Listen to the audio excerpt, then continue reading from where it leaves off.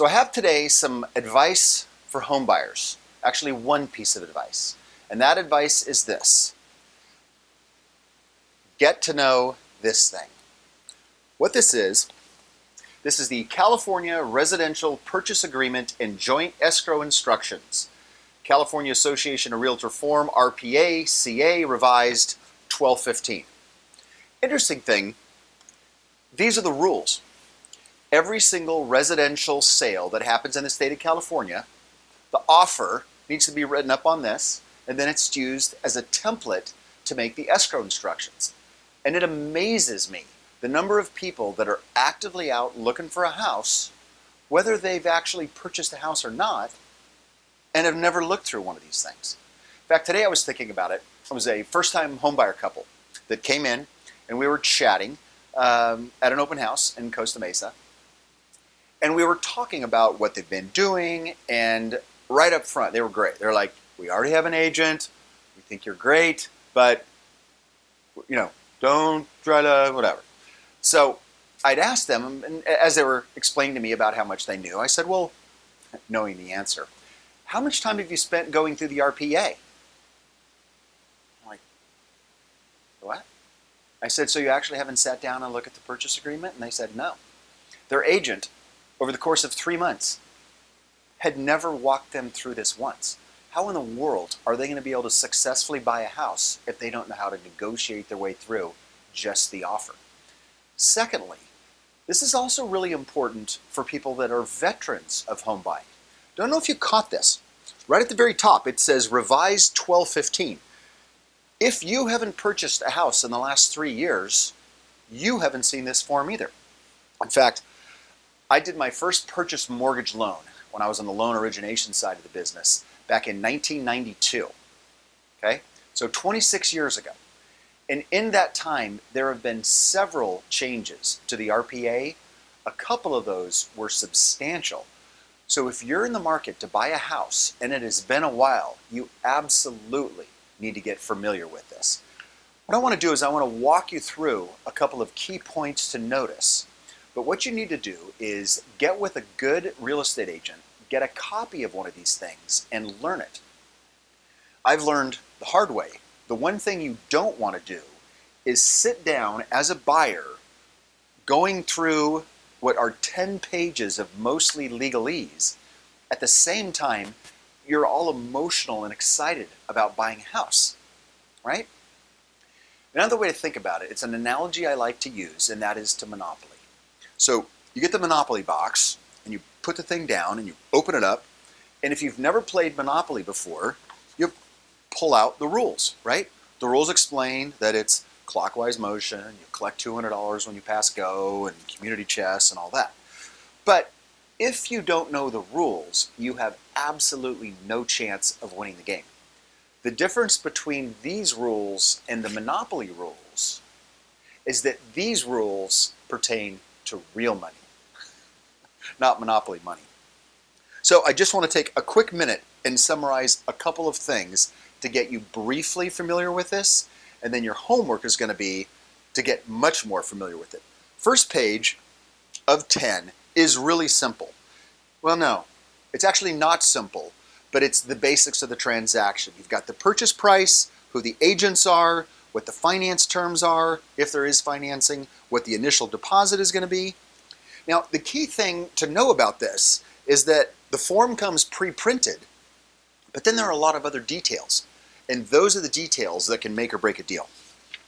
That is a video for another time. Page 2 has to do with contingencies. One of the other things you'll discover on this is that lots of funny words are used. Rescission, contingency. Contingency basically just means subject to. But you may actually need to look up some of these words, because just here on page 2, you've got contingency, contingency, contingency, contingency, contingency. Just on that one page alone, multiple times.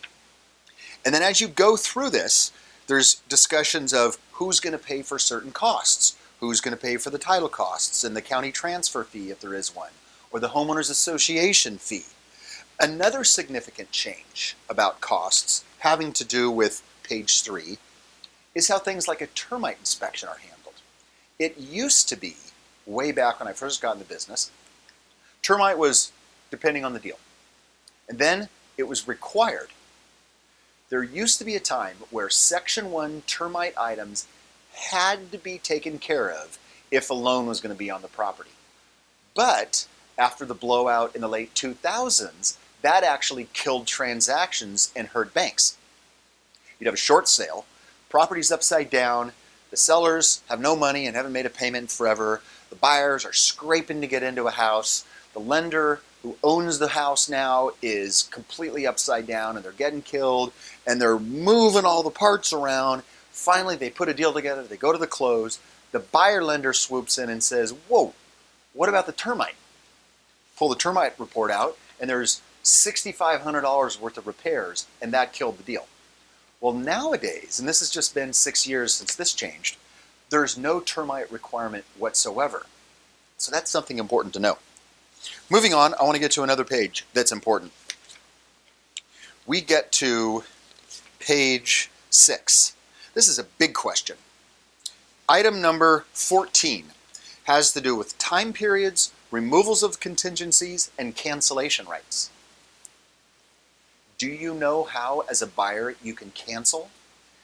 In these 10 pages, there are a handful of ways that you as a buyer can cancel the contract and get your deposit back.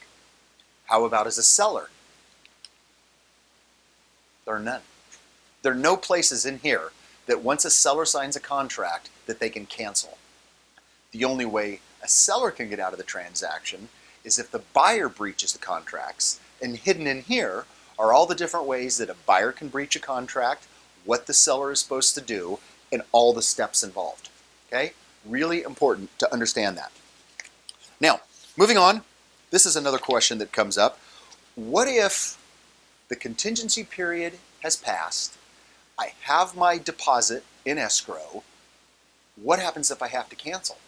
What happens to my money? Can I get my money back? How much money can I get back?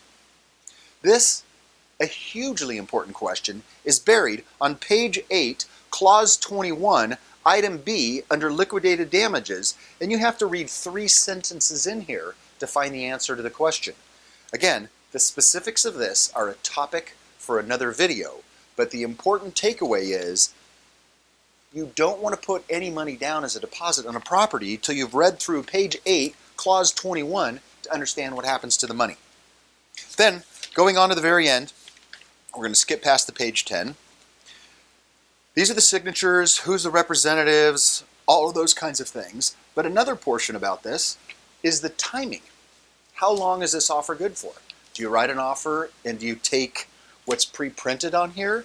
Do you make an offer good for an hour, 2 days, 3 days? If you don't understand what the contract says, then you'll never understand how to fill one out. So this is really important. Take the time to go through the residential purchase agreement before you ever go out and take a look at a house. Now, beyond that, the monopoly analogy. Think about that again. You do need to understand the rules to win at Monopoly, but is that enough? Is just knowing the rules is just knowing the rules of the game enough to get you to win? No, there are strategies. Just like in Monopoly, you have to buy all 4 railroads. If you get Boardwalk and Park Place, you want to stick a house on them. Those are strategies that are not in the rule book. They're also strategies for real estate, not in the contract. So if you'd like to hear the strategies that can be used, if you'd like a pro to be able to help you through this, then you need to call me, Michael Hausam of the Hausam Group at Vista Pacific Realty. My number is 949-413-2371.